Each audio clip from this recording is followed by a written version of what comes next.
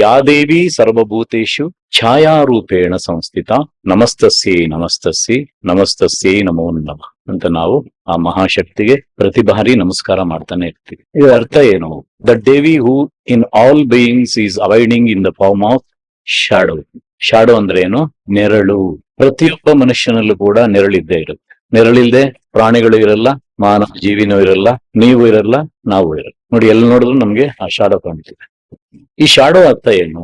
ಆ ಮಹಿಮಾನ್ವಿತ ಮಹರ್ಷಿಗಳು, ಗುರು ಪರಂಪರೆ ಇದನ್ನ ಎಷ್ಟು ನೀಟಾಗಿ ಅದನ್ನ ಎಕ್ಸ್ಪ್ಲನೇಷನ್ ಕೊಟ್ಟಿದ್ದಾರೆ ಅಂದ್ರೆ ಬಹಳ ಅದ್ಭುತವಾಗಿರು. ಈ ದೇವಿ ಶಕ್ತಿಯು ನಮ್ಮ ಈ ಸಂಸಾರದ ಎಲ್ಲಾ ಪ್ರಾಣಿ ವರ್ಗಗಳಲ್ಲಿ ಛಾಯಾರೂಪದಲ್ಲಿ ವಿರಾಜಮಾನವಾಗಿ ಇದೆ ಅಂತ ಹೇಳುತ್ತೆ. ಅಂತಹ ಶಕ್ತಿಗೆ ನಾವು ನಮಸ್ಕಾರಗಳು, ನಮಸ್ಕಾರಗಳು, ನಮಸ್ಕಾರಗಳು, ಸದಾ ನಮಸ್ಕಾರ. ಹಾಗಾದ್ರೆ ಛಾಯಾ ಅಂದ್ರೆ ಏನು?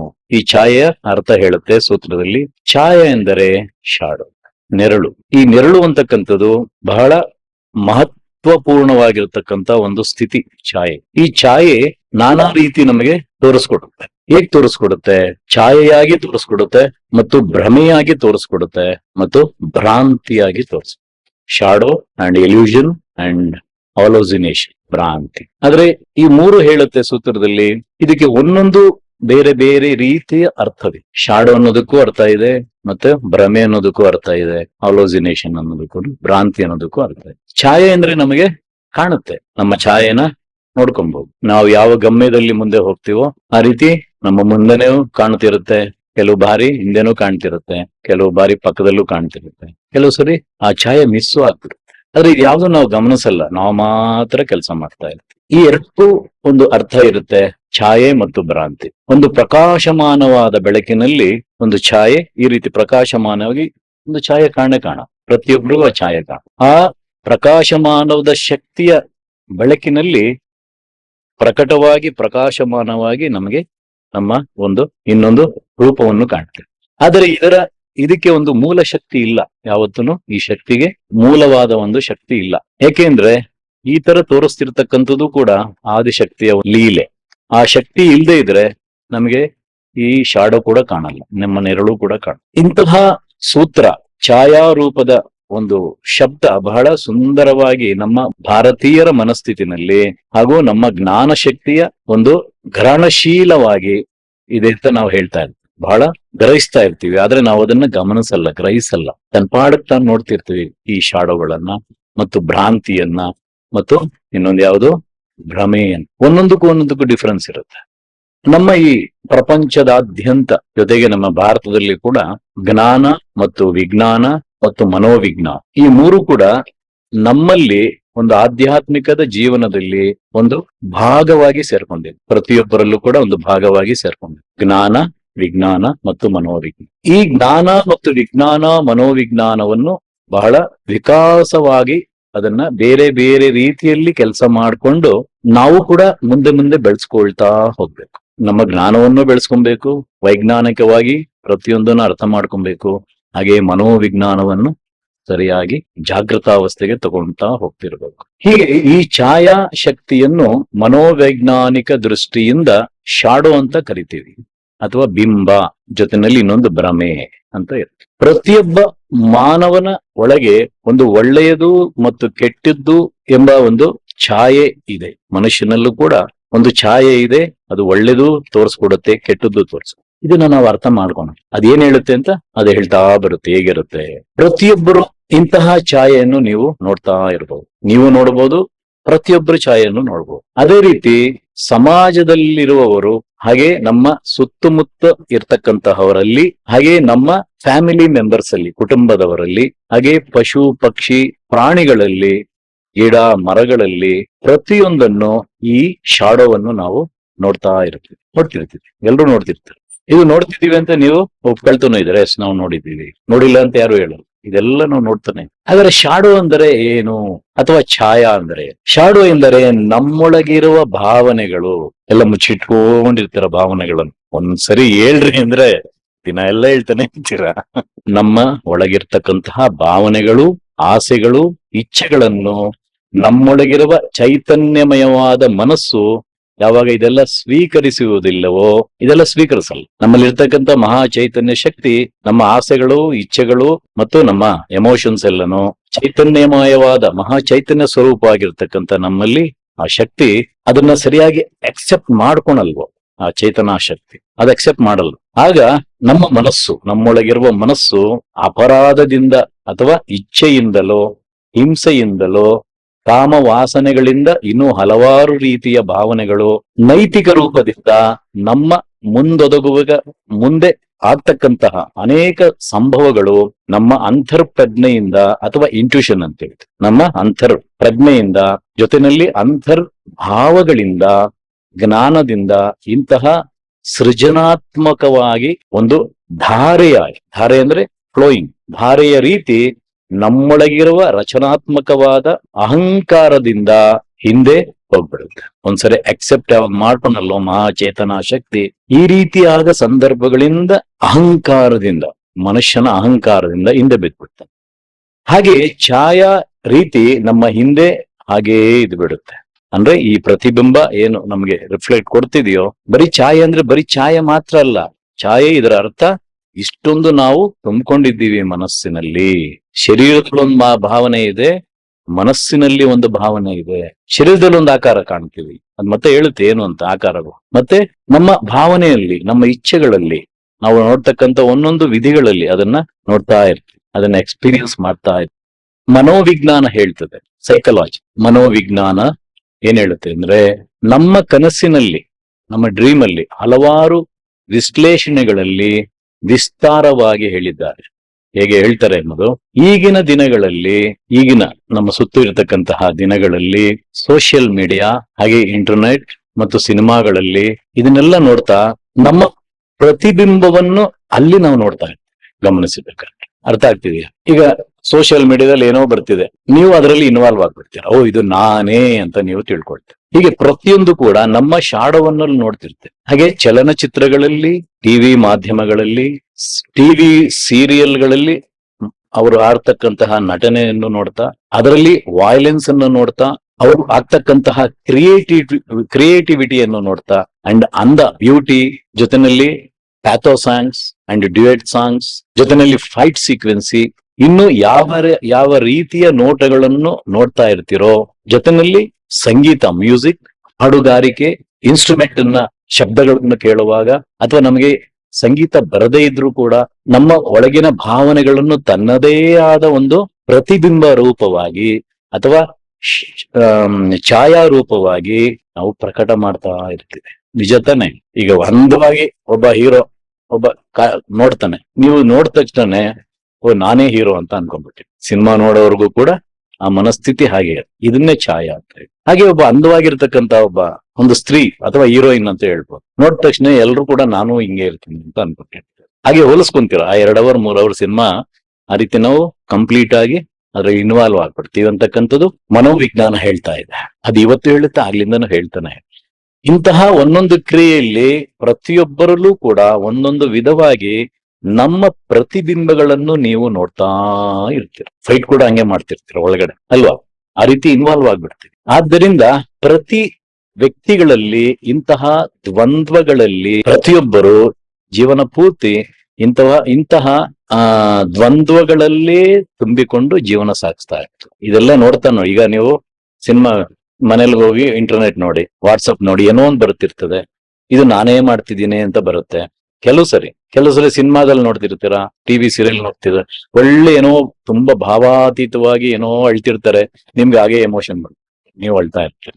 ಅದು ಒಳ್ಳೆ ಮ್ಯೂಸಿಕ್ ಬರ್ತಿರ್ತಾರೆ, ಜೊತೆಲಿ ನಿಮ್ ಸಂಗೀತ ಬರದೇ ಇದ್ರು ಕೂಡ ಹಾಡ್ತಾ ಇರ್ತೀರ. ಹಾಗೆ ಒಳ್ಳೆ ಭರತನಾಟ್ಯ ಮಾಡ್ತಿರ್ತಾರೆ ಅಥವಾ ಡ್ಯಾನ್ಸ್ ಆಡ್ತಿರ್ತಾರೆ, ನೀವು ಇದ್ದಕ್ಕಿದ್ದಂಗೆ ಡ್ಯಾನ್ಸ್ ಆಡ್ಕೊಂಡು ಕುಣಿತಾ ಇರ್ತೀರಿ. ನಿಮ್ಮ ಒಳಗಡೆ ಇರ್ತಕ್ಕಂಥ ಈ ಭಾವನೆಗಳು ಇದನ್ನ ಶಾಡೋ ಅಂತ ಹೇಳ್ತಾರೆ. ಇಂತಹ ಈ ಕ್ರಿಯೆಗಳಲ್ಲಿ, ಪ್ರತಿ ವ್ಯಕ್ತಿಗಳಲ್ಲಿ ಇಂತಹ ದ್ವಂದ್ವಗಳಲ್ಲಿ ಜೀವನ ಪೂರ್ತಿ ದ್ವಂದ್ವಗಳಲ್ಲೇ ತುಂಬಿಕೊಂಡಿರ್ತಾನೆ ಅಂತ ಹೇಳ್ತೀವಿ. ನಿರಂತರ ಈ ದ್ವಂದ್ವಗಳಲ್ಲೇ ಇರ್ತಾರೆ. ಇದನ್ನ 2 ವಿಧವಾಗಿ ಹೇಳುತ್ತೆ ಮನೋವಿಜ್ಞಾನ. Projected personality and shadow personality ಅಂತ ಹೇಳುತ್ತೆ. Projected personality and shadow personality. ಇದರ ಅರ್ಥ ಏನ್ ಹೇಳುತ್ತೆ ಅಂದ್ರೆ, ಈ ಪ್ರೊಜೆಕ್ಟೆಡ್ ಪರ್ಸನಾಲಿಟಿ ಇರತಕ್ಕಂತಹ ವ್ಯಕ್ತಿ ಹೇಗಿರ್ತಾನೆ, ಮತ್ತು ಶಾಡೋ ಪರ್ಸನಾಲಿಟಿ ವ್ಯಕ್ತಿ ಇದೆರಡೂ ನಿಮ್ಮಲ್ಲೇ ಇರುತ್ತೆ. ಇದನ್ನ ಯಾವತ್ತೂ ಅರ್ಥ ಮಾಡ್ಕೊಂಡಿರಲ್ಲ. ಒಬ್ಬ ವ್ಯಕ್ತಿ ಬಹಳ ಪ್ರಾಯೋಗಿಕವಾಗಿ ಅಥವಾ ಇನ್ನೊಂದು ಹೇಳ್ಬಹುದು, ಪ್ರಯೋಗಶೀಲನಾದ ವ್ಯಕ್ತಿ ಭವಿಷ್ಯದ ಬಗ್ಗೆ ತಿಳುವಳಿಕೆಯಿಂದ ತನ್ನ ಆಸೆಗಳನ್ನು ಪ್ರಚೋದಕವಾದ ವ್ಯಾಖ್ಯಾನಗಳ ಮೇಲೆ ಪ್ರದರ್ಶನ ಮಾಡ್ತಾ ಇರ್ತಾನೆ. ಅರ್ಥ ಆಯ್ತಾ? ಅಂದ್ರೆ ತನ್ನ ಫ್ಯೂಚರ್ ಅನ್ನ ಸರಿಯಾದ ಅದನ್ನೇ ಭವಿಷ್ಯ ಅಂತ ಹೇಳ್ತಾರೆ. ತನ್ನ ಫ್ಯೂಚರ್ ಅನ್ನ ಬಹಳ ಚೆನ್ನಾಗಿ ತಿಳ್ಕೊಂಡು ತನ್ನ ಆಸೆಗಳನ್ನ ಬಹಳ ಪ್ರಚೋದನೆಯಾಗಿ ಹೇಳ್ಕೊಳೋ, ನಾನು ಹೀಗೆ ಮಾಡ್ತೀನಿ ಅಂತ. ಅದರ ಮೇಲೆ ಕೆಲವು ವ್ಯಾಖ್ಯಾನಗಳನ್ನು ಹೇಳ್ತಾ, ನಾನು ಹೀಗ್ ಮಾಡ್ತೀನಿ, ಈ ಟೈಮಲ್ಲಿ ಇದ್ ಮಾಡ್ತೀನಿ ಅಂತ ನಿಮ್ ಮುಂದೆ ಹೇಳ್ತಿರ್ತಾರೆ. ಹಾಗೆ ಪ್ರದರ್ಶನ ಮಾಡ್ತಾ ಇಂತಹ ವ್ಯಕ್ತಿಗಳಿರ್ತಾರೆ. ಅದನ್ನ ಪ್ರೊಜೆಕ್ಟೆಡ್ ಪರ್ಸನಾಲಿಟಿ ಅಂತ ಹೇಳ್ತಾರೆ. ಅದನ್ನ ಕನ್ನಡದಲ್ಲಿ ಹೇಳ್ಬೋದು ಪ್ರಾಕ್ಷೇಪಕ ವ್ಯಕ್ತಿತ್ವ ಅಂತ ಹೇಳಿ, ಆಯ್ತಾ? ಇನ್ನೊಂದು ಶಾಡೋ ಪರ್ಸನಾಲಿಟಿ, ಛಾಯಾ ತುಂಬಿರ್ತಕ್ಕಂತಹ ಒಬ್ಬ ವ್ಯಕ್ತಿ. ಶಾಡೋ ವ್ಯಕ್ತಿತ್ವ ಹೇಗಿರುತ್ತೆ ಅಂದ್ರೆ ಸುಪ್ತಾವಸ್ಥೆಯ ಭಾಗವಾಗಿದ್ದು, ಅವನಲ್ಲಿ ಸುಪ್ತಾವಸ್ಥೆಯ ಒಂದು ಭಾಗದಲ್ಲಿದ್ದು ಆಲೋಚನೆಗಳು, ಆಸೆಗಳು, ದೌರ್ಬಲ್ಯಗಳು, ಪ್ರವೃತ್ತಿಗಳು ಮತ್ತು ಒಂದು ಕೊರತೆ ಇಲ್ಲದೆ ಇರತಕ್ಕಂತಹ ಒಂದು ಸ್ಥಿತಿ. ಆತನಿಗೆ ಬಹಳ ಕೊರತೆಯಾಗಿರುತ್ತೆ, ಏನೋ ಒಂದು ಸಿಕ್ಕಿರಲ್ಲ, ಅಥವಾ ಅಪೂರ್ಣತೆಯಿಂದ ಕೂಡಿ ಅಪೂರ್ಣತೆ ಇರುತ್ತದೆ, ಪರಿಪೂರ್ಣವಾಗಿರಲ್ಲ ಲೈಫ್. ಆಗ ಅದನ್ನ ಅಪೂರ್ಣತೆ ಅಂತ ಹೇಳ್ತಾರೆ. ಅಂತಹ ಅಪೂರ್ಣತೆಯಿಂದ ಇಟ್ಕೊಂಡು ಅಸಮಾಧಾನದಿಂದ ಆಳವಾಗಿ ಮುಳುಗುತ್ತಾ ಇರ್ತಾನೆ, ಬಹಳ ಅಸಮಾಧಾನವಾಗಿ ಜೀವನ ಮಾಡ್ತಿರ್ತಾನೆ. ಅಂಥವನು ತಪ್ಪಿತಸ್ಥ ಭಾವನೆಯೆಂದು ಹೊಂದಿರುತ್ತಾನೆ. ಆದ್ರೆ ತಪ್ಪಲ್ಲ, ಆ ರೀತಿ ತಪ್ಪಿತಸ್ಥ ಭಾವನೆಯನ್ನು ಇಟ್ಕೊಂಡು ಕೆಲಸ ಮಾಡ್ತಾನೆ, ಬದುಕ್ತಾ ಇರ್ತಾನೆ. ಈ ಸಂದರ್ಭದಲ್ಲಿ ಅಥವಾ ಇಂತಹ ಸಂದರ್ಭದಲ್ಲಿ ಅವರ ಶಕ್ತಿ ಸಾಮರ್ಥ್ಯ ಮತ್ತು ಅವರ ಅಸಮಾಧಾನ ಇವೆರಡೂ ಅವರ ಒಂದು ನೆರಳಿನ ಭಾಗವಾಗಿರುತ್ತೆ. ಇದೆರಡೂ ಕೂಡ ಆತ ಶಕ್ತಿ ಸಾಮರ್ಥ್ಯ ಇದ್ರೂ ಕೂಡ ಅಸಮಾಧಾನ ಇರ್ತದೆ. ಈ ಎರಡೂ ಇದನ್ನ ನೆರಳಿನ ಒಂದು ಭಾಗ ಅಂತ ಮನೋವೈಜ್ಞಾನ ಹೇಳುತ್ತೆ. ಇಂತಹ ಛಾಯೆಯ ವ್ಯಕ್ತಿತ್ವ ಅಂಧಕಾರದಲ್ಲಿ ತುಂಬಿರುವುದು ಸಹ ಎರಡೂ ಶಕ್ತಿಗಳು, ಯಾವುದೋ projected personality and shadow personality, ಇಂತಹ ದ್ವಂದ್ವ ವ್ಯಕ್ತಿತ್ವ ಇರತಕ್ಕಂತಹ ಒಬ್ಬ ಮನುಷ್ಯ ಈ ತರ ಅಂಧಕಾರದಲ್ಲಿ ತುಂಬಿಕೊಂಡಿದ್ರೂ ಸಹ ಇದು ಆ ದೇವಿಯ ಶಕ್ತಿಯೇ ಆಗಿರೋದು. ಅದು ಕೂಡ ಆಕೆಯ ಕೃಪೆನೆ ಅಂತ. ನಿಮ್ಮ ಕೃಪೆ ಅಲ್ಲ, ಅದು ನಿಮ್ಮ ಕೃಪೆ ಅಲ್ಲ, ಆತನ ಕೃಪೆನೆ. ಆ ಕೃಪೆ ಏನು ಅಂತ ಆಮೇಲೆ ಹೇಳ್ಕೊಂಡ್ ಬರುತ್ತೆ, ಇದೇ ನನ್ನ ಕೃಪೆ. ಒಬ್ರಲ್ಲಿ ಈ ರೀತಿ ಪರ್ಸೆಂಟೇಜ್ ಆಗಿ ಕೆಲಸ ಮಾಡ್ತಿರ್ತಾನೆ, ಇನ್ನು ಕೆಲವು ಪರ್ಸೆಂಟೇಜು ಶಾಡೋ ಪರ್ಸನಾಲಿಟಿಯಾಗಿ ಕೆಲಸ ಮಾಡ್ತಿರ್ತಾನೆ. ನಿಮ್ ಸುತ್ತ ಅದೆಲ್ಲ ನೋಡ್ಬೋದು. ಅವರು ಒಂದು ಪ್ರೊಜೆಕ್ಟೆಡ್ ಪರ್ಸನಾಲಿಟಿಯಾಗಿ ಕೆಲಸ ಮಾಡ್ತಿರ್ತಾರೆ. ಅಂದ್ರೆ ಅರ್ಥ ಏನು ಅಂದ್ರೆ ಪ್ಲಾನಿಂಗ್, ತನ್ನ ಮುಂದಿನ ಭವಿಷ್ಯವನ್ನು ಪ್ಲಾನ್ ಮಾಡ್ಕೊಂಡು ನಾನು ಈಗ ಮಾಡ್ತೀನಿ ಅಂತ ಕ್ರಿಯೇಟ್ ಮಾಡ್ಕೊಂಡು ಹೋಗ್ತಿರ್ತಾರೆ. ಇನ್ನೊಂದು ಶಾಡೋ ಪರ್ಸನಾಲಿಟಿ ತನ್ನ ಸಬ್ ಕಾನ್ಶಿಯಸ್ ಮೈಂಡ್ ಅಲ್ಲಿ ಇಟ್ಕೊಂಡು ಏನೋ ಆಗಿಲ್ವೇ ಅಂತ ತಿಳ್ಕೊಂಡು ಒದಾಡ್ಕೊಂಡು ಅಸಮಾಧಾನದಿಂದ ಜೀವನ ಮಾಡ್ತಾರೆ. ಈ ಎರಡೂ ಕೂಡ ತಾಯಿ ಭಗವತಿಯ ಕೃಪೆನೆ ಅಂತ. ಆ ಕೃಪೆ ಏನಕ್ಕೆ ಬಂತು ಅಂದ್ಕೊಂಡು ಆಮೇಲೆ ಹೇಳುತ್ತೆ. ಇಂತಹ ವ್ಯಕ್ತಿ ಇರ್ತಕ್ಕಂಥದ್ದು ಕೂಡ, ಈ ಶಕ್ತಿ ತುಂಬಿರ್ತಕ್ಕಂಥದ್ದು ಕೂಡ ಆ ದೇವಿಯ ಕೃಪೆಯೇ ಆಗಿದೆ. ಆದ್ದರಿಂದ ಯಾರು ಇದಕ್ಕೆ ಹೆದರ್ಕೊಳ್ಳೋದೇನಿಲ್ಲ. ಏನಪ್ಪಾ ಇಷ್ಟೊಂದು ನಾವು ಜ್ಞಾನ ತಿಳ್ಕೊಂಡ್ಬಿಟ್ಟಿದ್ದೇವೆ ಅಂತ ಹೆದರ್ಕೊಳ್ಳೋದೇನಿಲ್ಲ. ಜೊತೆನೆ ಇಲ್ಲಿಂದ ಓಡಿ ಹೋಗೋದು ಏನ್ ಬೇಕಾಗಿಲ್ಲ, ಹಾಗೆ ಭಯನೂ ಪಡೋದು ಅಗತ್ಯ ಇಲ್ಲ.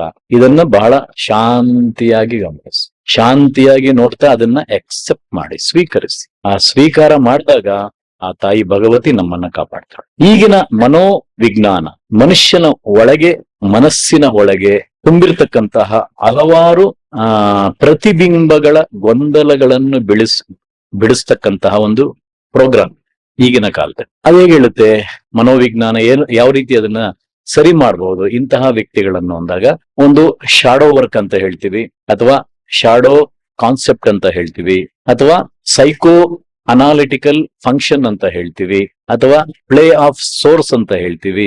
ಇನ್ನೊಂದು ಇದೆ ಡ್ರೀಮ್ ವರ್ಕ್ ಕಾನ್ಸೆಪ್ಟ್ ಅಂತಾನು ಹೇಳಿ. ಹಲವಾರು ಒಂದೊಂದು ಸಬ್ಜೆಕ್ಟ್ ಮೇಲೆ ಕೆಲಸ ಮಾಡ್ತಿದ್ದಾರೆ ಮನೋವೈಜ್ಞಾನಿಗಳು. ಹೇಗೆ ಅಂದ್ರೆ ಇದೆಲ್ಲ ಮನಸ್ಸಿನಲ್ಲಿರುವ ಗೊಂದಲಗಳನ್ನು ಮತ್ತು ಕನ್ಫ್ಯೂಷನ್ಗಳನ್ನು ಪ್ರತಿಯೊಬ್ಬ ಮನುಷ್ಯನ ಕೂಡ ಅವನ ಗಲಿಬಿಳಿ ಇರ್ತದೆ. ಮನಸ್ಸಿನಲ್ಲಿ ಏನ್ ಮಾಡ್ಬೇಕು ಅನ್ನೋ ಗೊತ್ತಿರಲ್ಲ. ಅದನ್ನ ಯಾವತ್ತು ಮನಸ್ಸಿನಲ್ಲಿ ಇಟ್ಕೊಳ್ಳದೆ ಒಂದ್ ಕಡೆ ಮೆನ್ಷನ್ ಮಾಡ್ಬಿಡ್ಬೇಕು. ನಮ್ಮನೇಲಿ ಈ ತರ ಗೊಂದಲ ಇದೆ, ಮೆನ್ಷನ್ ಮಾಡಿದಾಗ ಅದು ರಿಲೀಸ್ ಆಗ್ಬಿಡುತ್ತೆ. ಅಥವಾ ಕೆಲವರು ಹೇಳ್ತಾರೆ ಡೈರಿ ಮೇಂಟೈನ್ ಮಾಡಬಹುದು, ನೀವು ಏನೇನೋ ಮಾಡ್ಕೊಂಡು ಬಂದಿರ್ತೀರಾ, ಅದು ಮುಖ್ಯವಾಗಿರ್ತಕ್ಕಂಥ ಕೆಲವು ಪಾಯಿಂಟ್ ಹೇಳಿರುತ್ತೆ. ಆಗ ಆ ಡೈರಿ ಅಥವಾ ಒಂದು ಬುಕ್ ಅನ್ನು ನೋಡಿದಾಗ ನಿಮ್ಮ ಮನಸ್ಥಿತಿ ಗೊಂದಲಗಳು ಅಥವಾ ಈ ಪ್ರೊಜೆಕ್ಟೆಡ್ ಪರ್ಸನಾಲಿಟಿ ಅಲ್ಲಿ ಕಾಣ್ಬೋದು. ವ್ಯಕ್ತಿತ್ವ ಈ ತರ ವ್ಯಕ್ತಿ ಇದ್ನಾ ಅಥವಾ ಈ ತರ ವ್ಯಕ್ತಿ ಇದ್ನಾ ಅಂತ ನಾವು ಅವನ್ ಬರ್ತಿರ್ತಕ್ಕಂತಹ ರೈಟಿಂಗ್ ಅಲ್ಲಿ ಗಮನಿಸ್ಬೋದು. ಇದನ್ನ ಹೇಳೋದು ಯಾವುದೋ ಮನೋವಿಜ್ಞಾನ ಹೇಳ್ತಕ್ಕಂಥದ್ದು. ಹೀಗೆ ಮಾಡೋದ್ರಿಂದ ಮನಸ್ಸಿನ ಚೇತನದಲ್ಲಿ ಅಚೇತನವಾಗಿರ್ತಕ್ಕಂತಹ ಶಕ್ತಿಯಲ್ಲಿ ತುಂಬಿಕೊಂಡಿರುವ ನಮ್ಮ ಪ್ರತಿಬಿಂಬದಂತಿರುವ ಒಂದು ಶಾಡೋ, ಆ ಶಾಡೋ ಅದನ್ನ ಪ್ರತಿಬಿಂಬ ಅಂತಕ್ಕಂಥ ಹಲವಾರು ದ್ವಂದ್ವತೆಗಳನ್ನು, ಗೊಂದಲಗಳನ್ನು ಈ ಛಾಯೆಯಲ್ಲಿರುವ ಗೊಂದಲ ಹಾಗೂ ಈ ಕನ್ಫ್ಯೂಸ್ ಗಳನ್ನು ಬಿಡಿಸಲು, ನಿವಾರಣೆ ಮಾಡಲು ಸಹಾಯ ಮಾಡುತ್ತದೆ ಎಂದು ಸೈನ್ಸ್ ಹೇಳುತ್ತೆ, ಮನೋವಿಜ್ಞಾನ ಹೇಳ. ಈ ರೀತಿ ನೀವೆಲ್ಲ ನೋಟ್ ಮಾಡ್ಕೊಂಡಾಗ ಒಬ್ಬ ವೈಜ್ಞಾನಿಕವಾಗಿ ಹೋದಾಗ ಅವನ ಸಬ್ ಕಾನ್ಶಿಯಸ್ ಮೈಂಡ್ ಅಲ್ಲಿ ಇರ್ತಕ್ಕಂಥದ್ದನ್ನ ನೋಡಿ, ಈ ವ್ಯಕ್ತಿ ಈ ತರ ಕನ್ಫ್ಯೂಷನ್ ಇಲ್ಲ ಅಂತೇಳಿ ಆ ಕನ್ಫ್ಯೂಷನ್ ಎಲ್ಲ ನಿವಾರಣೆ ಮಾಡ್ಬೋದು, ಆಯ್ತಾ ಅಂತ ಸೈನ್ಸ್ ಹೇಳ್ತಿರೋ. ಆದರೆ ಇಂತಹ ವಿಷಯಗಳು ಎಲ್ಲರಿಗೂ ತಿಳುವಳಿಕೆ ಬರದೇ ಇರ್ಬೋದು ಅಥವಾ ಅರ್ಥವಾಗದೇನೂ ಇರ್ಬೋದು. ಇಂತಹ ದ್ವಂದ್ವತೆಗಳನ್ನು, ಗೊಂದಲಗಳನ್ನು ಈ ಸೃಷ್ಟಿ ಮಾಡೋದು ಸಹ ಆ ತಾಯಿಯ ಭಗವತಿ ಸ್ವರೂಪವೇ. ಎಲ್ಲ ನಡೀತಿದೆ, ನೀವು ಯಾವ ದಾರಿ ಹಿಡ್ಕೊಳ್ತೀರಾ ಅನ್ನೋದು ಹೇಳ್ತಾರೆ. ಈ ತರ ಕನ್ಫ್ಯೂಷನ್ ಜೀವನವನ್ನು ಈ ರೀತಿನೂ ಕೊಡ್ತಿದ್ದೀನಿ, ಈ ರೀತಿನೂ ಕೊಡ್ತೀನಿ, ನೀವು ಯಾವ್ದನ್ನ ಹಿಡ್ಕೊಳ್ತೀರಾ? ನೀವು ಹೀಗೆ ಹೋಗ್ಬಿಡ್ತೀರಾ ಲೈಫ್ ಎಲ್ಲ, ಅಥವಾ ಶಾಡೋನಲ್ಲೇ ಹೋಗ್ಬಿಡ್ತೀರಾ, ಏನ್ ಮಾಡ್ತೀರಾ ಅಂತ. ಇದು ನನ್ನ ಲೀಲೆನೆ, ಇದನ್ನ ಹುಡ್ಕೊಳ್ಳಿ ನೀವು ಅಂತ ಹೇಳು. ಈ ಶಕ್ತಿ ಎಲ್ಲಿಂದ ಬಂತು? ಅನಾದಿಯಾಗಿ ಬಂದಿರತಕ್ಕಂತಹ ಒಂದು ಶಕ್ತಿ. ಅನಾದಿ ಅಂದ್ರೆ ಆದಿಯಿಂದ ಬಂದಿರತಕ್ಕಂಥದ್ದು, ಸೃಷ್ಟಿಯ ಮೂಲದಿಂದ ಬರ್ತಿರ್ತಕ್ಕಂಥದ್ದು. ಇದನ್ನ ಪ್ಲೇ ಆಫ್ ಪ್ರೈಮಾರಿಡಿಯಲ್ ಫೋರ್ಸ್ ಅಂತ ಹೇಳ್ತೀವಿ. ಇದನ್ನೇ ಪರಮಾತ್ಮ ಅಂತಾನು ಹೇಳ್ಬೋದು, ಅನಾದಿಯಾಗಿರ್ತಕ್ಕ. ಈಗ ಒಂದು ಪಾಠಶಾಲೆಗೆ ಹೋಗ್ತೀವಿ, ಫಸ್ಟ್ ಎಲ್ಲಿಗೆ ಹೋಗ್ತೀವಿ ನಾವು? ಪ್ರೈಮರಿ ಸ್ಕೂಲ್ಗೆ ಹೋಗ್ತೀವಿ. ಅದನ್ನ ಫೌಂಡೇಶನ್ಸ್ ಕರೆಕ್ಟ್ ಆಗಿದ್ರೇನೆ ನೀವು ಮೇಲ್ವರೆಗೂ ಹೋಗ್ತೀರ ಅಲ್ವಾ? ಇದನ್ನೇ ಸರಿಯಾಗಿಲ್ದರೆ ನಿಮ್ ಮುಂದೆ ಹೋಗೋಕ್ಕಾಗಲ್ಲ. ಅದರಿಂದ ಅನಾದಿಯಾಗಿರ್ತಕ್ಕಂಥದ್ದು ಮೊದಲನೇ ಸ್ಟೆಪ್, ಸೃಷ್ಟಿಗೆ ಮೊದಲನೇ ಸ್ಟೆಪ್. ಅನಾದಿಯಾಗಿ ಬಂದ ಶಕ್ತಿಯು ಎಲ್ಲವನ್ನೂ ಸೃಷ್ಟಿ ಮಾಡಿದ ಪ್ರತಿಯೊಂದು ರೂಪವೇ ಶಕ್ತಿಯ ಸ್ವರೂಪ ಅಥವಾ ಅವನೇ ಪರಮಾತ್ಮ ಅಂತ ಹೇಳಿ. ಆ ಪರಮಾತ್ಮ ಏನ್ ಮಾಡ್ತಿದ್ದಾನೆ? ಅನಾದಿಯಾಗಿ ಬಂದಿರತಕ್ಕಂತ ಒಂದು ಶಕ್ತಿ ಏನ್ ಮಾಡ್ತಿದೆ? ಈ ಸೃಷ್ಟಿ ಮಾಡಿರ್ತಕ್ಕಂತಹ ಒಂದು ಶಕ್ತಿ ಇಲ್ಲಿ ಏನ್ ಮಾಡ್ತಿದೆ ಅಂತ ಹೇಳುತ್ತೆ. ಒಂದು ಸ್ಥಳವನ್ನು ಕೊಟ್ಟಿದೆ, ಜಾಗ, ಸ್ಥಳ, ಲೈಫ್ ಅನ್ನ ಕೊಟ್ಟಿದೆ, ಜೀವನ, ಒಂದು ಸಮಯವನ್ನು ಕೊಟ್ಟಿದೆ, ಒಂದು ವಾಸ್ತವಿಕತೆಯನ್ನು ಕೊಟ್ಟಿದೆ. ಅದಕ್ಕೆ ಟೈಮ್, ಸ್ಪೇಸ್ ಅಂಡ್ ಕಂಟಿನ್ಯೂಮ್ ಅಂತ ಹೇಳ್ತೀವಿ. Time, space and continuum, life and present ಅಂತ ಹೇಳ್ತೀವಿ. ಇದು ನಮ್ಮನ್ನ ಹಿಡ್ಕೊಂಡಿದೆ ಇಷ್ಟನ್ನು ಕೂಡ. ಅರ್ಥ ಆಗ್ತಿದೆಯಾ? ಇದು ಬಿಟ್ಟು ನಾವು ಈಚೆ ಇರಲ್ಲ. ಒಂದು ಜಾಗ ಕೊಟ್ಟಿದೆ, ಒಂದು ನಿಯಮ ಕೊಟ್ಟಿದೆ, ಟೈಮ್, ಒಂದು ವಾಸ್ತವಿಕತೆ ಕೊಟ್ಟಿದೆ, ಒಂದು ಲೈಫ್ ಕೊಟ್ಟಿದೆ, ಪ್ರೆಸೆಂಟ್ ಕೊಟ್ಟಿದೆ, ಫ್ಯೂಚರ್ ಕೊಟ್ಟಿಲ್ಲ, ಪಾಸ್ಟ್ ಕೊಟ್ಟಿಲ್ಲ. ಪಾಸ್ಟ್ ಆಗೋಯ್ತು, ಫ್ಯೂಚರ್ ಗೊತ್ತಿಲ್ಲ. ಅದಕ್ಕೆ ಹೇಳುದು ಪ್ರೆಸೆಂಟ್. ನಾವೇನ್ ಮಾಡ್ತೀವಿ? ಪ್ರೆಸೆಂಟ್ ಮರ್ತು ಬಿಟ್ಟಿದೀವಿ. ನಾವು ಹಿಂದೆ ಗಮನಿಸ್ತೀವಿ, ಮುಂದೆ ನೋಡ್ತೀವಿ, ಮುಂದೆ ಗೊತ್ತಿಲ್ಲ. ಮುಂದೆ ಅನ್ನೋದು ಅಂಧಕಾರ. ಅದಕ್ಕೆ ಸದಾ ಹೇಳ್ತಕ್ಕಂಥದ್ದು ಪ್ರೆಸೆಂಟ್, ವಾಸ್ತವಿಕತೆಯನ್ನು ಗಮನಿಸಿ, ವಾಸ್ತವದಲ್ಲಿ ಕೆಲಸ ಮಾಡ್ತೀರಿ. ಚೆನ್ನಾಗಿ ಆ ಬೆಳಗ್ಗೆಯಿಂದ ಸಂಜೆವರೆಗೂ ನಿಮ್ಗೇನ್ ಸಿಕ್ಕಿದ್ರು ಚೆನ್ನಾಗಿ ಆನಂದವಾಗಿ ನಿಮ್ಮ ಕೆಲಸ ಕಾರ್ಯಗಳನ್ನು ಮಾಡಿ, ಹ್ಯಾಪಿ ಆಗಿರಿ, ಸಂತೋಷವಾಗಿರಿ. ಮತ್ತೆ ಯಾದೇವಿ ಸರ್ವಭೂತೇಶು ನಿದ್ರಾರೂಪೇಣ ಸಂಸ್ಥಿತ. ನಿದ್ರೆ ಹಿಡ್ಕೊಂಡ್ಬಿಡತ್ತೆ ತಾಯಿ. ಅಲ್ಲಿ ಬದುಕಿದ್ರೆ ಪರವಾಗಿಲ್ಲ, ಇದ್ರೆ ನಿದ್ರಾರೂಪೆ. ಎಚ್ಚರಿಕೆ ಬಂದ್ರೆ ನಾವು ಯಾದೇವಿ ಸರ್ವಭೂತೇಶು. ಅದಕ್ಕೆ ಇನ್ನೊಂದು ವರ್ಡ್ ಹೇಳ್ತೇನೆ, ಮುಂದೆ ಹೇಳ್ತೇನೆ. ಹಾಗೆ ನಮ್ಗೆ ಕೊಟ್ಟಿರ್ತಕ್ಕಂಥದ್ದು ಸ್ಥಳ, ಜೀವನ, ಸಮಯ, ಒಂದು ವಾಸ್ತವಿಕತೆ ಹಾಗೂ ನಿರಂತರ ಚಲನೆಯ ಅನಂತ ಸಾಮರ್ಥ್ಯ ಶಕ್ತಿಯ ಕಣಗಳ ನಡುವಿನ ಪರಸ್ಪರ ಕ್ರಿಯೆಗಳ ಮೇಲೆ ಪ್ರಭಾವ ಬೀರಿ ನಿರಂತರ ವಿಕಾಸಗೊಳಿಸುವ ಸಂಪೂರ್ಣತೆಯ ಶಕ್ತಿಯನ್ನು ರೂಪಿಸುತ್ತಿರ್ತಾ ಇರ್ತದೆ. ನಮ್ಮಲ್ಲಿ ಇರ್ತಕ್ಕಂಥ ಒಂದೊಂದು ದ್ವಂದ್ವತೆಗಳು ಇರುತ್ತಲ್ವಾ, ಕಣಗಳು ಅಂದ್ರೆ ಒಳಗಡೆ ಕೆಲಸ ಮಾಡ್ತಾನೆ ಇರುತ್ತೆ. ಇದೇ ಆದಿಶಕ್ತಿಯ ಸ್ವರೂಪ. ಅದನ್ನೇ ಪರಮಾತ್ಮ ಅಂತ ಹೇಳ್ತೀವಿ, ಶಿವನು ಅಂತ ಹೇಳ್ತೀವಿ. ಬಂದಿರ್ತಕ್ಕಂಥದ್ದು ಆದಿಶಕ್ತಿ, ಅನಾದಿಯಿಂದ ಬಂದಿರ್ತಕ್ಕಂಥ. ಯಾವಾಗ ಸೃಷ್ಟಿ ಶುರುವಾಯ್ತೋ ಅವತ್ತಿಂದ ಇದು ಮಾಡ್ಕೊಳ್ತಾನೇ ಬರ್ತಿದೆ. ಯಾವತ್ತು ಇದು ನಿಲ್ಲಿಸ್ಲೇ, ಇದು ಮುಂದೆನೂ ನಿಲ್ಸಲ್ಲ ಅಂತಾನ್ ಬರ್ತಾನೆ. ನೆಕ್ಸ್ಟ್ ಹೇಳುತ್ತೆ play of consciousness. Play of consciousness. Conscious ಅಂದರೆ ಏನು ಮತ್ತು ಪ್ಲೇ ಅಂದರೆ ಚಿತ್ ಶಕ್ತಿಯ ಪ್ರಭಾವ. ಇದನ್ನೇ ಜೀವಾತ್ಮ ಅಂತ ಹೇಳಿ. ಜೀವಾತ್ಮ, ಆ ಜೀವಾತ್ಮ ಇನ್ನೊಂದು ಅರ್ಥ ನಿಜ ಕುಂಡಲಿನಿ ಶಕ್ತಿ ಅಥವಾ ಡ್ಯಾನ್ಸಿಂಗ್ ಆಫ್ ಕುಂಡಲಿನಿ ಅಂತ ಹೇಳಿ. Dancing of kundalini, the play of conscious. ಇದರ ಅರ್ಥ ಏನ್ ಹೇಳುತ್ತೆ? ದೇಹ, ಮನಸ್ಸು, ಜ್ಞಾನ, ಭಾವನೆಗಳು ಮತ್ತು ಆತ್ಮದ ಅರಿವಿನ ಮೂಲಕ ನಾನು ವಿಧ ರೂಪಗಳಲ್ಲಿ ನಾಟಕವಾಡಿ ಅನುಭವಿಸುವ ಪ್ರಜ್ಞೆಯೇ ನಾನು. ನೀವೆಲ್ಲ ಏನ್ ಮಾಡ್ತಿದ್ದೀರೋ ಅದೆಲ್ಲ ಒಂದು just like A simple drama, ನಾಟಕ ಹೇಳ್ತಿರ್ತಾನೆ ಆ ಪ್ರೋಗ್ರಾಮ್ ಅಲ್ಲಿ. ಅಷ್ಟು ನಿಮ್ಮ ಪಾತ್ರ ಮಾಡ್ಕೊಂಡ್ ಬಂದ್ಬಿಡಿ ಸಾಕು, ಅದ್ರ ಇಟ್ಕೊಂಡ್ಬೇಡಿ, ಮತ್ತೆ ಮೇಕಪ್ ಕಾಸ್ಟ್ಯೂಮ್ ಎಲ್ಲ ಹಾಕೊಂಡ್ ಬರ್ಬೇಡಿ, ಬಿಟ್ಬಿಟ್ಟು ಬಂದ್ಬಿಡಿ. ಇಲ್ಲಿ ಪಾತ್ರವಾಗಿ ಬಂದಿದೀವಿ ಭೂಮಿ ಮೇಲೆ, ನಮ್ಮ ಪಾತ್ರಗಳು ಮಾಡಿದ್ಮೇಲೆ ವಾಪಸ್ ಹೊರಟು ಹೋಗ್ತೀವಿ, ಕಾಸ್ಟ್ಯೂಮ್ ಬಿಸಾಕ್ಬಿಡ್ತೀವಿ, ನಿಜ ಧಾರಣೆ ಇಟ್ಕೊಂಡು ಹೊರಟು ಹೋಗ್ತೀವಿ ಅಂತ ಹೇಳ್ತಿರು. ವಿಧ ವಿಧ ರೂಪಗಳಲ್ಲಿ ನಾಟಕವಾಡಿ ಅನುಭವಿಸುವ ಆ ಪ್ರಜ್ಞೆಯೇ ನಾನು. ಅದೇ ಪ್ರಜ್ಞೆ ಮೀನ್ಸ್ ಜೀವ, ಆ ಜೀವಾತ್ಮವೇ ನಾನು. ಇದನ್ನ ದೇಹ, ಮನಸ್ಸು, ಜ್ಞಾನ, ನಮ್ಮ ಭಾವನೆಗಳು ಇದೆಲ್ಲ ಗಮನಿಸ್ತಾ ಒಂದು ಡ್ರಾಮವನ್ನು ಮಾಡ್ಕೊಂಡು ಬರ್ತಿದ್ದೀವಿ. ನಾನು ನನ್ನ ಶರೀರದ ಮೂಲಕ ಸಂವೇದನೆಗಳನ್ನು ಗ್ರಹಿಸಿ ನನ್ನ ಭಾವನೆಗಳ ಮೂಲಕ ಅನುಭವಿಸುತ್ತಾ, ನಮ್ಮ ಭಾವನೆಗಳ ಮೂಲಕ ಇದನ್ನೆಲ್ಲ ಎಕ್ಸ್ಪೀರಿಯನ್ಸ್ ಮಾಡ್ತಿದ್ದೀನಿ, ನನ್ನ ಮನಸ್ಸಿನ ಮೂಲಕ ಯೋಚಿಸ್ತಾ ಇದ್ದೀನಿ. ಹಾಗೆ ನನಗೆ ಬೇಕಾದ ಅಗತ್ಯಗಳು ಮತ್ತು ಮೌಲ್ಯಗಳ ಆಧಾರದ ಮೇಲೆ ಒಂದು ಕ್ರಮವನ್ನು ತೆಗೆದುಕೊಳ್ತಾ ಇರ್ತೀನಿ. ನನಗೇನೇನ್ ಬೇಕು ಅದರ ಆಧಾರದ ಮೇಲೆ, ನನಗೇನೇನ್ ಬೇಕು ಅದರ ಮೌಲ್ಯಗಳ ಮೇಲೆ ಪ್ರತಿಯೊಂದನ್ನು ಒಂದು ಕ್ರಮಬದ್ಧವಾಗಿ ಇದನ್ನ ಸ್ವೀಕಾರ ಮಾಡ್ತಿದ್ದೀನಿ. ಆದರೆ ನನ್ನ ಭಾವನೆಗಳು, ಆಲೋಚನೆಗಳು, ನನ್ನ ಮೌಲ್ಯಗಳು ಬದಲಾಗಬಹುದು, ಅವಾಗ ಬದಲಾಗ್ತಾ ಇರ್ತದೆ. ಆದ್ರೆ ನಾನು ಯಾವತ್ತೂ ನನ್ನ ಅಸ್ತಿತ್ವ ಯಾವತ್ತೂ ಬದಲಾಗಲ್ಲ. ಇದೆಲ್ಲ ಬದಲಾಗ್ತಿರ್ತದೆ, ನಾನಾಗೇ ಇರ್ತೀನಿ. ಏಕೆಂದ್ರೆ ನನ್ನ ಅಸ್ತಿತ್ವವು ಒಂದು ರೂಪದಲ್ಲಿ ಸಾಕ್ಷಿಯಾಗಿ ಇದನ್ನೆಲ್ಲ ಅನುಭವಿಸ್ತಾ ಇರ್ತೀನಿ. ಒಂದು ರೂಪವಾಗಿ ಸಾಕ್ಷಿಯಾಗಿ, ಯಾವ ರೂಪದಲ್ಲಿ? ಈ ರೂಪದಲ್ಲಿ ಇದನ್ನೆಲ್ಲ ಸಾಕ್ಷಿಯಾಗಿ ಎಕ್ಸ್ಪೀರಿಯನ್ಸ್ ಮಾಡ್ತಿದ್ದೀನಿ, ಅನುಭವಿಸ್ತಾ ಇದ್ದೀನಿ. ಹೀಗೆ ನಾನು ಹೊಂದಿರುವ ಮೌಲ್ಯಗಳ ಆಧಾರದ ಮೇಲೆ ನಾನು ಜಾಗೃತನಾಗಲು, ಕ್ರಿಯೆಗಳನ್ನು, ಕ್ರಮಗಳನ್ನು ತೆಗೆದುಕೊಳ್ಳಲು ಸೆಲೆಕ್ಟ್ ಮಾಡಬಹುದು. ಜೀವನದಲ್ಲಿ ಏನೇನು ಅನುಭವ ಮಾಡಬೇಕು, ಇದು ಬೇಡ, ಇದು ಬೇಕು ಅಂತಕ್ಕಂಥದನ್ನ ಜಾಗೃತಾವಸ್ಥೆಯಿಂದ ಕೆಲವು ಕ್ರಿಯೆಗಳನ್ನು, ಅಂದ್ರೆ ಕ್ರಿಯೆ ಅಂದ್ರೆ ನಮ್ಮ ಕರ್ಮಗಳನ್ನು, ಕ್ರಮಗಳನ್ನು ತೆಗೆದುಕೊಳ್ಳಲು ನಾನು ಸೆಲೆಕ್ಟ್ ಮಾಡಬಹುದು.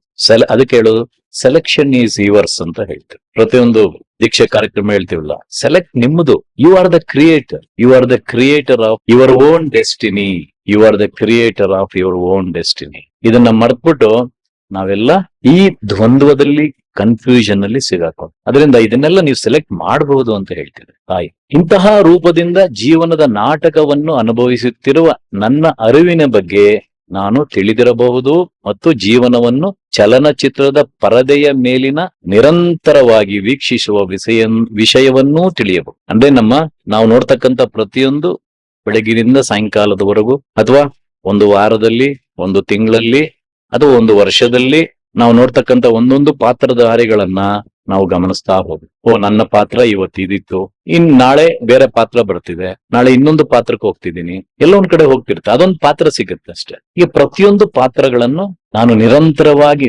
ವೀಕ್ಷಣೆ ಮಾಡ್ತಿದ್ದೀನಿ. ಆದ್ರೆ ವೀಕ್ಷಿಸ್ತಾ ಇದ್ದೀನಿ ಅಂತ ಯಾರು ತಿಳ್ಕೊಳ್ತಾ ಇಲ್ಲ. ತಾಯಿ ಭಗವತ್ ಹೇಳ್ತೀನಿ, ನೀವೆಲ್ಲ ವೀಕ್ಷಣೆ ಮಾಡ್ತಿದ್ದೀರಾ ಅಷ್ಟೇ. ನಿನ್ನನ್ನ ಛಾಯಾ ರೂಪದಲ್ಲಿ ಇಟ್ಟಿದ್ದೀನಿ, ಭ್ರಾಂತಿ ರೂಪದಲ್ಲಿ ಇಟ್ಟಿದ್ದೀನಿ, ಜ್ಞಾನ ರೂಪದಲ್ಲಿ ಇಟ್ಟಿದ್ದೀನಿ, ಶಕ್ತಿ ರೂಪದಲ್ಲಿ ಇಟ್ಟಿದ್ದೀನಿ, ಕೊನೆ ನಿದ್ರಾ ರೂಪದಲ್ಲೂ ಇಟ್ಬಿಟ್ಟಿದ್ದೀನಿ. ಇಷ್ಟೆಲ್ಲ ಇಟ್ಕೊಂಡು ಮುಂದೆ ಏನೇನೋ ಹೇಳಿದ್ದೀನಿ, ಮುಂದೆ ಬರುತ್ತೆ ಏನೇನೋ ಹೇಳ್ತೀನಿ ಅಂತ, ಎಲ್ಲೆಲ್ಲಿ ಇಂಥ ಜಾಗದಲ್ಲಿ ನಾನು ಇದ್ದೀನಿ, ಅದನ್ನ ನೀವು ಸೆಲೆಕ್ಟ್ ಮಾಡಬಹುದು. ಇಂತಹ ಎಲ್ಲಾ ರೀತಿಯ ರೂಪಗಳ ಅನುಭವಗಳ ಹಿಂದೆ ನನ್ನ ಅರಿವು ಮೀನ್ಸ್ ನನ್ನ ಕಾನ್ಶಿಯಸ್, ನನ್ನ ಜಾಗೃತಾವಸ್ಥೆ ಯಾವಾಗ ಜಾಗೃತವಾಗುತ್ತೋ, ಯಾವಾಗಲೂ ನಿರಂತರದಿಂದ ನಾನು ಪ್ರಜ್ಞಾವಸ್ಥೆಯಲ್ಲೇ ಇರುತ್ತೇನೆ. ನಾನು ಪ್ರಜ್ಞಾತೀತನಾಗಿ ಜಾಗೃತಾವಸ್ಥೆಯಲ್ಲೇ ಇರ್ತಾ ಇರ್ತೀನಿ. ಆ ಜಾಗೃತಾವಸ್ಥೆಯಲ್ಲಿ ಇದ್ರೆ ನಾನು ಜಸ್ಟ್ ಲೈಕ್ ಇದೊಂದು ನಾಟಕ, ಆ ನಾಟಕದಲ್ಲಿ ಸೂತ್ರಧಾರಿ ನಾನು ಅಂತಕ್ಕಂಥದ್ದು ಅರ್ಥ ಆಗುತ್ತೆ. ಆ ರೀತಿ ನೀವು ಪ್ರಜ್ಞಾಪೂರ್ವಕವಾಗಿ ಪ್ರಜ್ಞಾವಸ್ಥೆಯಲ್ಲಿ ಬಂದ್ಮೇಲೆ ನೀವು ಕರ್ಮದಲ್ಲಿ ಸಿಗಾಕ ಅವಾಗ ಹೇಳೋದು ಕರ್ಮ, ಆ ಕರ್ಮಕ್ಕೆ ನೀವು ಭಾಗಿ ಆಗಲ್ಲ ಅಂತ ಹೇಳುತ್ತೆ. ಆಯ್ತಲ್ಲ, ನಾನು ನಿರಂತರವಾಗಿ ಪ್ರಜ್ಞಾವಸ್ಥೆಯಲ್ಲೇ ಇರ್ತಾ ಇದ್ದೀನಿ. ಇದೇ ಶಾಶ್ವತವಾದ ನನ್ನ ನಿಜವಾದ ಸತ್ಯ, ಇದೇ ನನ್ನ ನಿಜವಾದ ಸತ್ಯ. ಉಳಿದಿದ್ದೆಲ್ಲ ಬರೀ ನಾಟಕ. ನಾನೇನೇನ್ ಮಾಡ್ತೀನಿ ಎಲ್ಲ ನಾಟಕ. ನಾನಿರುವುದೇ ಸತ್ಯ.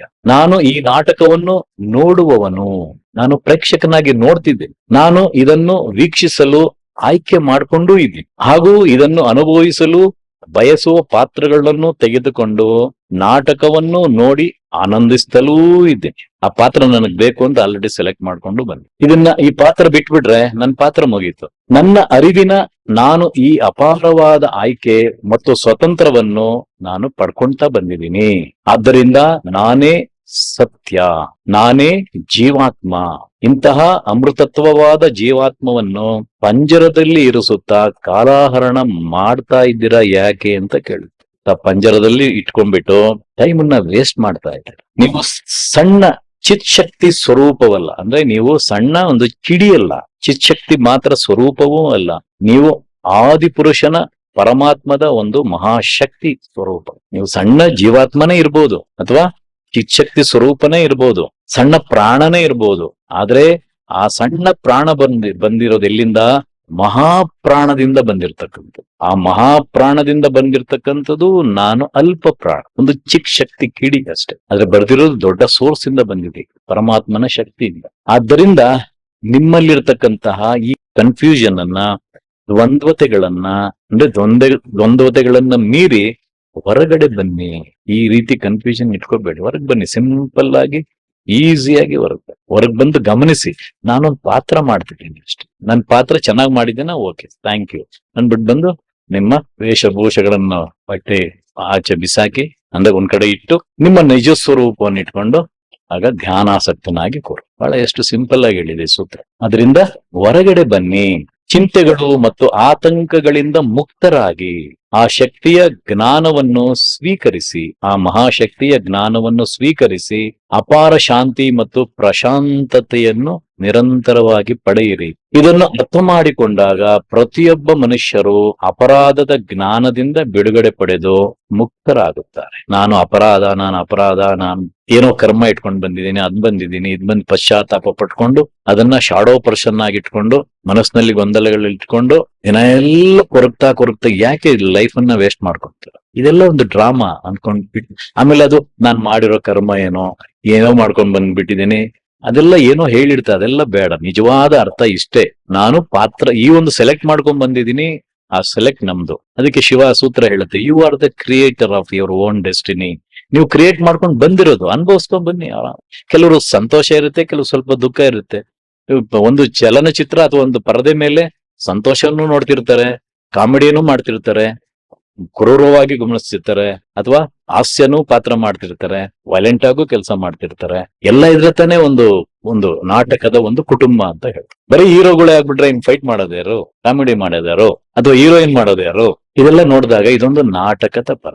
ಒಂದು ಹಾಡಿದೆ ಯಾವ್ದೋ, ಅಂಕದ ಪರದಿ ಜಾರಿದ ಮೇಲೆ ನಾಟಕವಿನ್ನೂ ಉಳಿದಿಹುದು ಅಂತ ಒಂದು ಹಾಡು ಬರುತ್ತೆ. ಹಂಗೆ ಅಂಕದ ಪರದೆ ಅಂದ್ರೆ ಪರದೆ ಹೋದ್ಮೇಲೆ ಏನ್ ಬರುತ್ತೆ? ಪ್ರಶಾಂತತೆಯನ್ನು ಪಡೆಯಿರಿ, ಅಪಾರ ಶಾಂತಿಯನ್ನು ಪಡೆಯಿರಿ. ಇದನ್ನು ಅರ್ಥ ಮಾಡಿಕೊಂಡಾಗ ಪ್ರತಿಯೊಬ್ಬ ಮನುಷ್ಯರು ಸಹ ಅಪರಾಧದ ಜ್ಞಾನದಿಂದ ಬಿಡುಗಡೆ ಪಡೆದು ಜೀವನ್ ಮುಕ್ತರಾಗ್ತೀರಾ. ಒಂದು ಸ್ಟೆಪ್ ಈಚೆ ಬರ್ತೀರಾ. ಮುಕ್ತ ಅಂದ್ರೆ ದಿಢೀರಂತ ಮುಕ್ತಿ ಅಲ್ಲ, ಒಂದೊಂದು ಸ್ಟೆಪ್ ಬಿಡುಗಡೆ ಮಾಡ್ಕೊಳ್ತಾ ಬರ್ತೀರಾ. ಇಂತಹ ಇಂತಹ ಮಹಾ ಒಂದು ಚೇತನ ಶಕ್ತಿಯ ಪ್ರಜ್ಞೆಯನ್ನು ಅರ್ಥ ಮಾಡ್ಕೊಂಡು ತಿಳ್ಕೊಂಡು ಅದ್ರ ಕಡೆ ಚಿಂತನೆ ಮಾಡಿ. ಜೀವನದ ಕಾಲಚಕ್ರವು ಸಾಗುತ್ತಲೇ ಇರ್ತದೆ, ಯಾವುದು ನಿಲ್ಲಲ್ಲ. ಅದಕ್ಕೆ ನಾವು ಟೈಮ್ ಕಟ್ಕೊಂಡಿರ್ತೀವಿ. 1ರಿಂದ 12 ಹೋಗ್ಬಿಡುತ್ತೆ ದಿಢೀರಂತ, ಮತ್ತೆ 1 ಬರುತ್ತೆ. ಒಂದ್ ಬರೋದು ಬೆಳಗ್ಗೆ ಬರಲ್ಲ, ಮತ್ತೆ ರಾತ್ರಿ ಬಂದಿರುತ್ತೆ, ಮಧ್ಯಾಹ್ನ ಇರಲ್ಲ. ಅದಕ್ಕೆ AM PM ಅಂತ ಹೇಳ್ತೀವಿ. ಕಾಲಚಕ್ರ ಉಳ್ತಾನೆ ಇರುತ್ತೆ, ರೌಂಡ್ ಹೊಡಿತಾನೆ ಇರುತ್ತೆ. ಕಾಲಚಕ್ರ ಸಾಗುತ್ತಲೇ ಇರುತ್ತದೆ. ಇದರಲ್ಲಿ ನಾವು ನೋವನ್ನು ಅನುಭವಿಸ್ತೀವಿ, ಸಂತೋಷನೂ ಪಡಿತೀವಿ. ಈ 2 ಮಿಶ್ರಣಗಳನ್ನ ಎಕ್ಸ್ಪೀರಿಯನ್ಸ್ ಆಗ್ತಾನೆ. ಒಂದಿನ ನೋವು, ಒಂದಿನ ಸಂಕಟ, ಒಂದಿನ ಸಂತೋಷ, ಇನ್ನೊಂದಿನ ಹ್ಯಾಪಿ, ಇನ್ನೊಂದಿನ ತೃಪ್ತಿ, ಏನೇನೋ ಅಂತಿರ್ತೀವಿ. ಒಂದೊಂದಿನ ಒಂದೊಂದು ರೀತಿಯ ಎಕ್ಸ್ಪೀರಿಯನ್ಸ್. ಇವತ್ತು ಯಾಕೋ ಸರಿ ಇಲ್ಲ ರೀ, ಇವತ್ತು ಮನಸ್ಸೆಲ್ಲ ಬೇಜಾರು, ನಾಳೆ ಏಕೆ ಇವತ್ತೆಲ್ಲ ತುಂಬಾ ಹ್ಯಾಪಿ. ಈ ರೀತಿ ಇಂತಹ ಒಂದು ಮಿಶ್ರಣ ಜೀವನದಲ್ಲಿ ನಾವು ಭಾಗಿಯಾಗಿರುತ್ತೆ.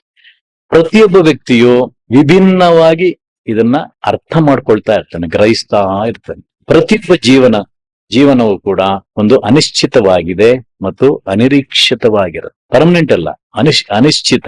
ನಿಶ್ಚಿತವಾಗಿರಲ್ಲ ಲೈಫ್. ಹುಟ್ಟಿದ ಮೇಲೆ ಹಾಗೇ ಇರ್ತಾನ ಮಗು, ಬೆಳಿತಾ ಹೋಗ್ತಾನೆ, ಕೊನೆಯಲ್ಲಿ ಅಯ್ಯೋ ನಾನೇನು ಜೀವನ ನೋಡ್ಲೇ ಇಲ್ವೇ, ಪ್ರಪಂಚ ಇಷ್ಟೇನಾ ಅನ್ಕೊಂಡ್ ಕೊನೆಯಲ್ಲಿ ಎಲ್ಗೋಗ್ತೀವಿ, ಮತ್ತೆ ಶಾಡೋ ಪರ್ಸನ್ ಹಾಕ್ಬಿಟ್ಟು. ಈ ಶಾಡೋ ಪರ್ಸನ್ ಇಟ್ಕೊಂಡು ಮತ್ತೆ ಇನ್ಕಾರ್ನೇಷನ್ ಆದಾಗ ಈ ಶಾಡೋ ಎಲ್ಲ ರಿಫ್ಲೆಕ್ಟ್ ಆಗ್ತಾ ಬರುತ್ತೆ. ಅವನೇನು ಬ್ಯಾಲೆನ್ಸ್ ಇದ್ದೋ ಆ ಬ್ಯಾಲೆನ್ಸ್ ಇಂದ ಹುಡ್ಕೊಂಡ್ ಬರ್ತಾನೆ, ಒಂದ್ ಸ್ಟೆಪ್ ಅದ್ರ ಮೇಲೆ ಚೇಷ್ಟೆಯಾಗಿ ಮಾಡ್ಕೊಂಡ್ ಬರ್ತಾನೆ. ಅದಕ್ಕೆ ಹೇಳ್ತಾನೆ ಸೂತ್ರಗಳಲ್ಲಿ, ಈ ಸೃಷ್ಟಿ ನಿಮ್ಮನ್ನು ಇಲ್ಲಿ ಬಿಟ್ಟಿರೋದು ಜೀವನವನ್ನ ಎಕ್ಸ್ಪೀರಿಯನ್ಸ್ ಮಾಡ್ಕೊಂಬ ಆನಂದವಾಗಿ ಬಿಡುಗಡೆ ಮಾಡ್ಕೊಂಡು ಬಂದ್ಬಿಡಿ. ಯಾವ್ದು ಒಂದು ಪಾಯಿಂಟ್ ಕೂಡ ಬಿಡಬೇಡಿ ಅಂತ ಸೃಷ್ಟಿ ಮಾಡ್ಕೊಟ್ರು. ಆದ್ರೆ ನಮ್ಮ ಕೆಲವರು ಏನೇನೋ ಹೇಳಿ ಅದನ್ನ ಕನ್ಫ್ಯೂಸ್ ಮಾಡ್ಬಿಟ್ಟು ಹಿಂಗ್ ತಿರುಗ್ಬಾರ್ದು, ಹಂಗ್ ಹೋಗ್ಬಾರ್ದು ಅನ್ಬಿಟ್ಟು ಏನೋ ಮಾಡ್ಕೊಂಡು ಗಲಿಬಿಲಿ ಆಗಿ ಶರೀರವನ್ನೂ ಮಲಿನ ಮಾಡಿ, ಮನಸ್ಸನ್ನೂ ಮಲಿನ ಮಾಡಿ, ನಮ್ಮ ಭಾವನೆಗಳನ್ನೂ ಮಲಿನ ಮಾಡಿ, ಈ ರೀತಿ ಶಾಡೋ ಪರ್ಸನ್ ಆಗಿಟ್ಬಿಡು. ಈ ರೀತಿ ಮಿಶ್ರಣವಾಗಿರುತ್ತೆ. ಅದರಿಂದ ಪ್ರತಿಯೊಬ್ಬ ವ್ಯಕ್ತಿಯು ವಿಭಿನ್ನವಾಗಿ ಗ್ರಹಿಸ್ತಾ ಇರ್ತಾನೆ.